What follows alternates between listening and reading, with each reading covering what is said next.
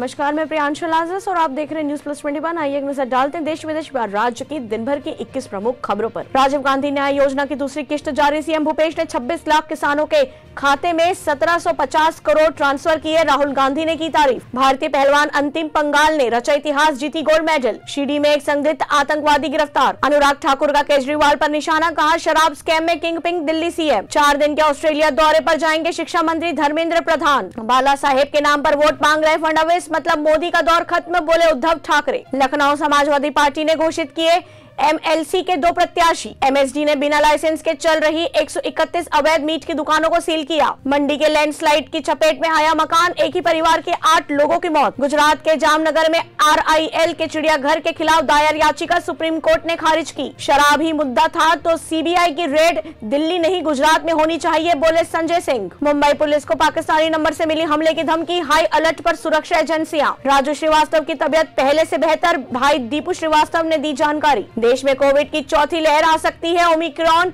New सब variant सेंटारोस से झारखंड में 63% केस। शीना बोरा मर्डर केस, सरकारी गवाह बने श्यामवर राय को बॉम्बे हाईकोर्ट से जमानत। वाराणसी में खतरे के निशान के करीब बह रही गंगा, वरुण नदी की जलस्तर बढ़ा। राजनाथ का सशस्त्र बल न्यायाधीश करणों के समय पर न्याय प्रदान करने का आह्वान। आईआईटी मद्रास की शोध छात्रा का शव रेलवे ट्रैक से बरामद। रिजिजू बोले यदि एक न्यायाधीश 50 मामलों का निपटारा करता है तो 100 और मामले दायर हो जाते हैं। भारत ने दूसरे वनडे में जिम्बाब्वे को 5 विकेट से हराया, सीरीज पर कब्जा। सोनम कपूर बनी मां, एक्ट्रेस ने दिया बेटे को जन्म, अनिल कपूर बने नाना। ऐसी तमाम जानकारियों से लगातार अपडेट रहने के लिए देखते रहिए न्यूज प्लस 21, आपके हक की बात।